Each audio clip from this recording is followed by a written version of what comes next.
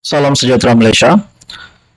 Selamat mengundi kepada semua yang mengundi pada pilihan raya negeri. 6 negeri diadakan pada 12 Ogos. Keputusan terkini pilihan raya negeri 2023.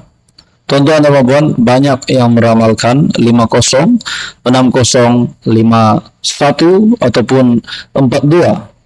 Dalam sebuah artikel dari Sinar Harian berkaitan dengan PRN, Khairi Jamaluddin ramal 3 sama.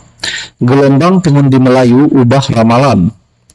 Bekas Ketua Pemuda UMNO, Khairi Jamaluddin Abu Bakar, meramalkan Kerajaan Perpaduan, Gabungan Barisan Nasional, Pakatan Harapan dan Perikatan Nasional masing-masing kekal menang di 3 negeri pada pilihan raya ini.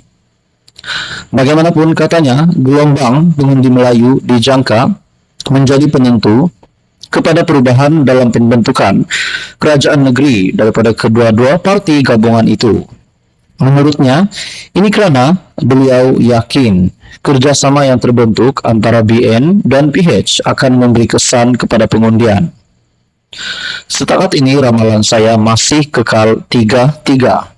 3 negeri kerajaan perpaduan, tetapi ia banyak bergantung kepada pengundi Melayu esok yang akan menentukan sama ada jangkaan itu kekal atau ada kejutan. Kalau gelombang perubahan itu ada, maka kawasan yang dahulu dianggap selamat akan jatuh bertukar tangan, katanya kepada pemberita.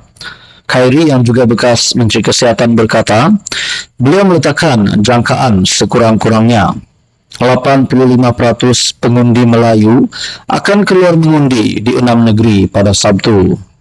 36 kosong kerusi DUN itu berdasarkan kepada ramalan senario terbaik berdasarkan sifir 1+1 adalah 2, yang mana maksudnya 1 undi BN dan 1 undi PH pada PRU 15 lalu dicampurkan akan jadi 36 kosong.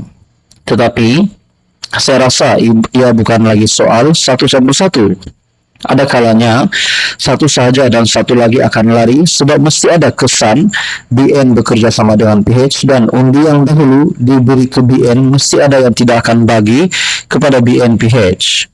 Sebelum itu Khairi ke Kuala Kelawang, Jelebu membantu kempen calon PN DUN Kelawang dan Rais sebelum ke DUN Sungai Lui menemui calon BN Muhammad Razi Muhammad Ahli.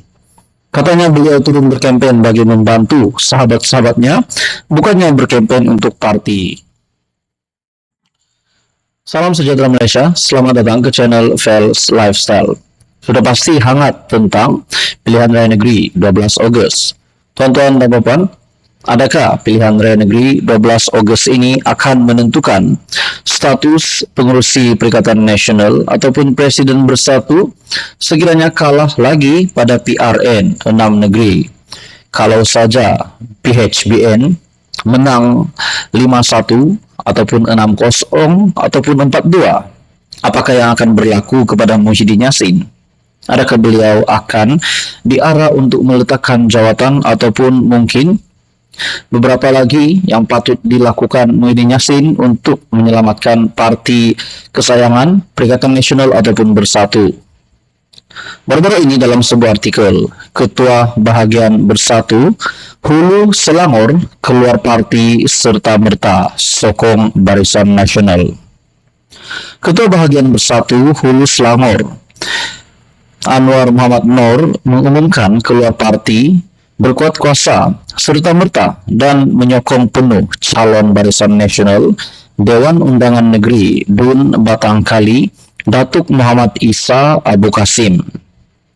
Beliau yang juga pengerusi Perikatan Nasional Hulu Selangor bertindak demikian kerana mendakwa ditipu pucuk pimpinan.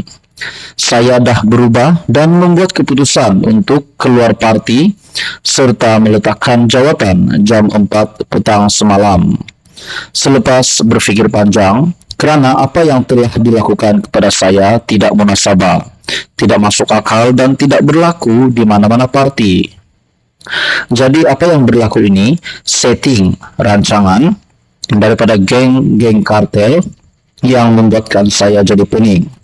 Jadi Sekarang ini, saya menyokong penuh kepada Datuk Esa karena sudah lama mengenali beliau, katanya pada program Pentas Anak Muda malam tadi.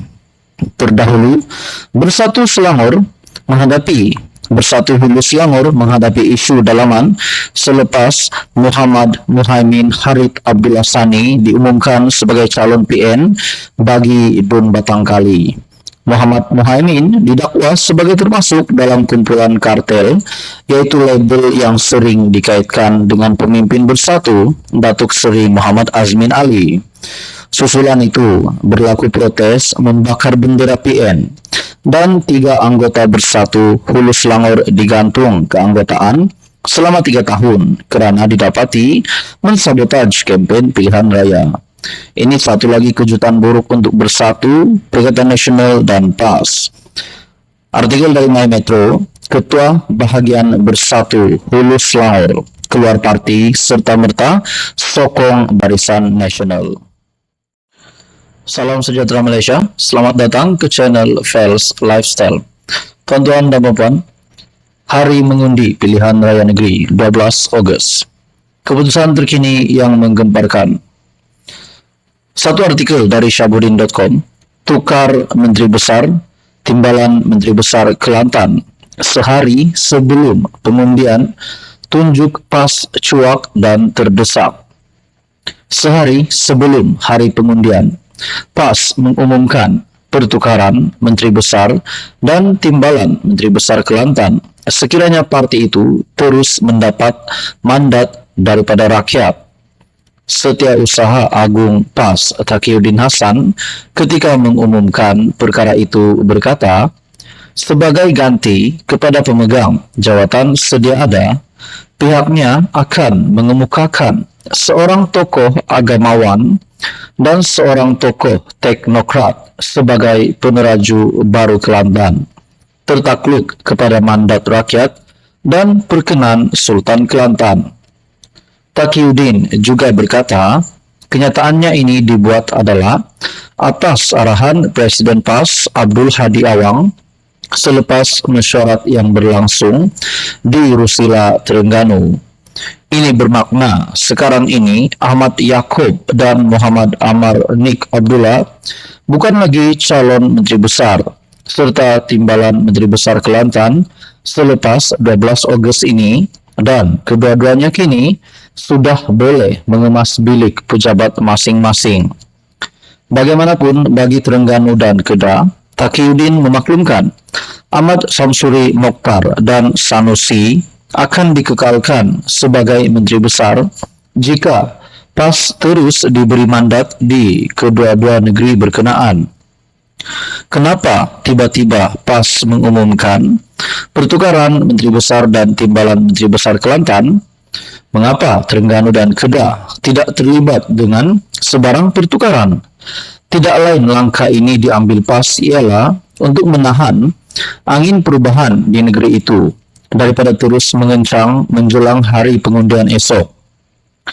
Bukanlah rahasia lagi gandingan kepimpinan kedua-dua peneraju negeri ini selama ini dilihat gagal membawa sebarang pembaharuan, terutama dalam menyelesaikan masalah air yang sudah berlarutan sejak sekian lama. Sementara Ahmad Yaakob dilihat terlalu pasif dan tidak proaktif, Muhammad Amar pula dikatakan terlalu agresif sehingga banyak musuh timbul kerana percaturannya.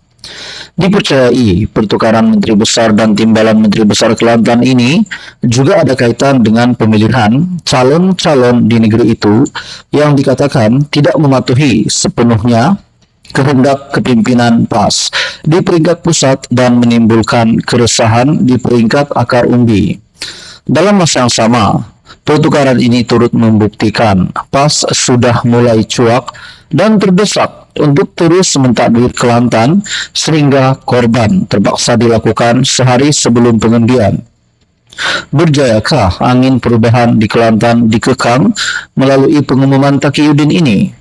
atau angin perubahan menjadi lebih kencang kerana mengumumkan pertukaran Menteri Besar dan Timbalan Menteri Besar di saat-saat akhir dengan sendirinya membuktikan rungutan rakyat tentang kegagalan dua peneraju teratas itu selama ini adalah benar atau dan sahih untuk menyelesaikan berbagai masalah di Kelantan yang gagal ditangani sejak 33 tahun lalu.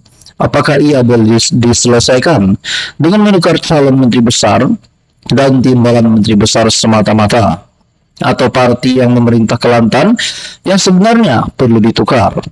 Kepada pengundi-pengundi Kelantan, fikir dan buatlah keputusan dengan bijaksana demi masa depan di peti-peti undi pada esok hari, yaitu pada 12 Ogos.